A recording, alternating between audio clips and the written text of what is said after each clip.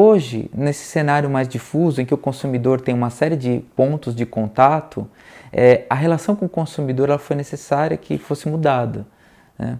E a internet é um dos meios em que isso se dá. Então você tem possibilidades de contato em que o consumidor se vê como, entre aspas, prosumidor.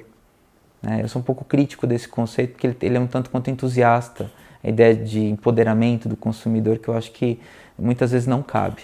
A pessoa que representa a empresa, um funcionário, alguém que é contratado para aquele lugar, faz parte da estética da mercadoria.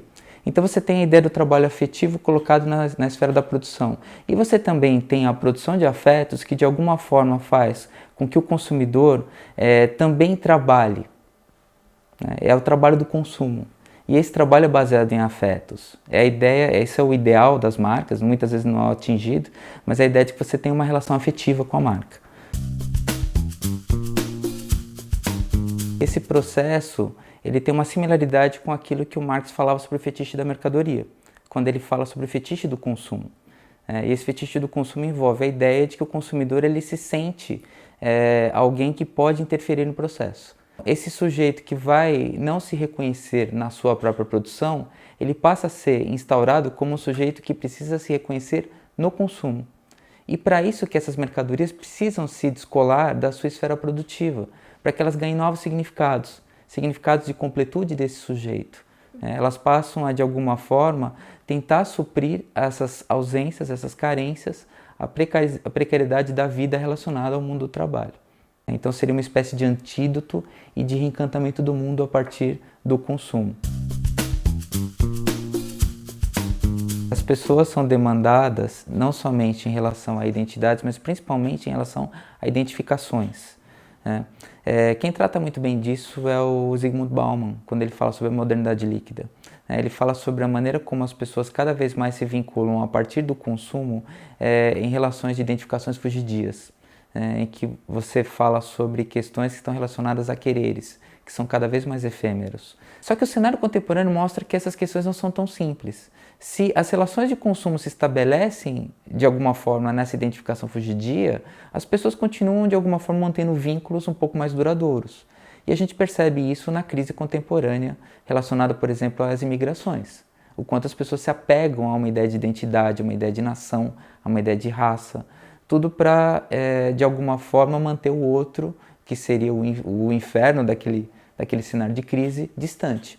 Eu acho que um exemplo muito claro disso é quando você tem um ambiente da Copa do Mundo, em que a identidade nacional volta como uma coisa quase ufanista. A gente permanece dentro dessa perspectiva quase ufanista da comunicação relacionada a uma identidade nacional construída em torno da seleção.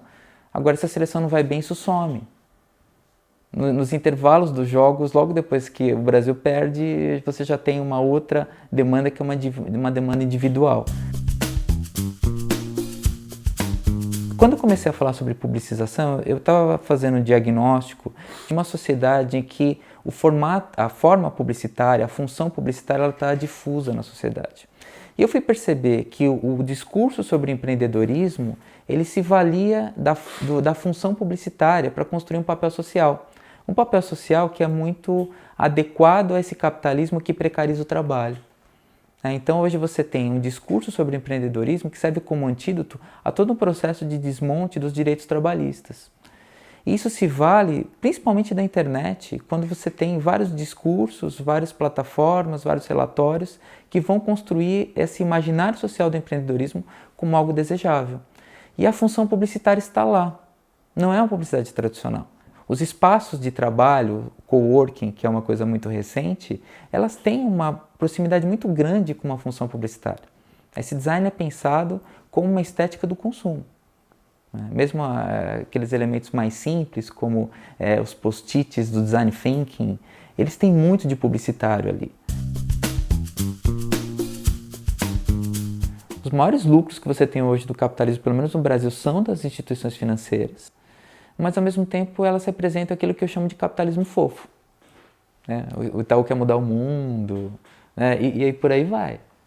É uma estratégia bastante importante para esse capitalismo. Esse capitalismo tem uma interface fofa muito potente. As pessoas gostam, mas eles não se dão conta, peraí, é o capitalismo. né?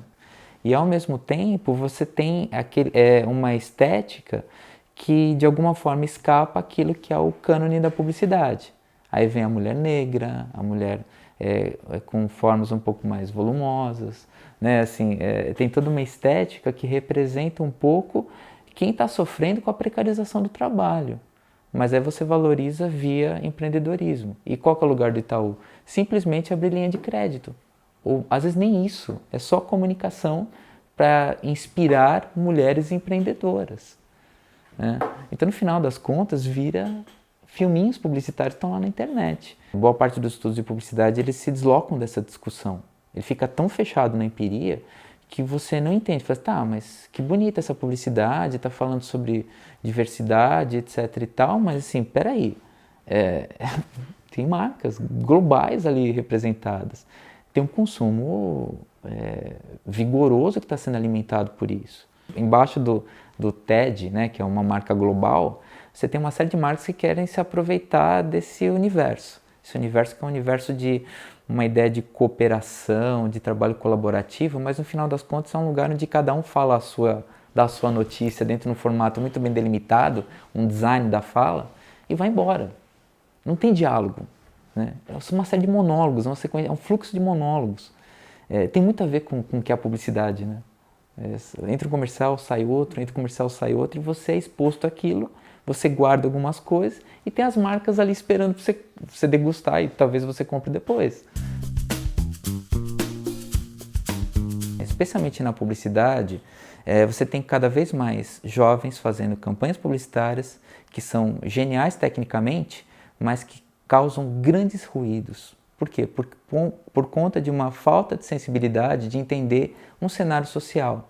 O publicitário, o jovem que vai pensar na publicidade, é um jovem que é instaurado, chamado a participar desse capitalismo fofo, né, em que ele, de alguma forma, se vê identificado com a sociedade de consumo, né? Então, a partir disso, a publicidade é quase como uma extensão da vida dele, né? Então, por quê? Porque ele tem uma relação afetiva com o consumo. Quando você vai para as periferias, você percebe que essa relação é um tanto quanto ambígua. E é um pouco mais difícil você ter, vindo do extremo da periferia, alguém que queira fazer publicidade como esses jovens fazem. Esses jovens que estão, por exemplo, nessas instituições mais paradigmáticas da comunicação em São Paulo. São jovens que têm um nível socioeconômico muito bom. E a publicidade é alguma coisa legal de se fazer. Por quê? Porque ele tem uma relação afetiva com o consumo. Não é uma relação de falta, não é uma relação de carência, não é uma relação de frustração.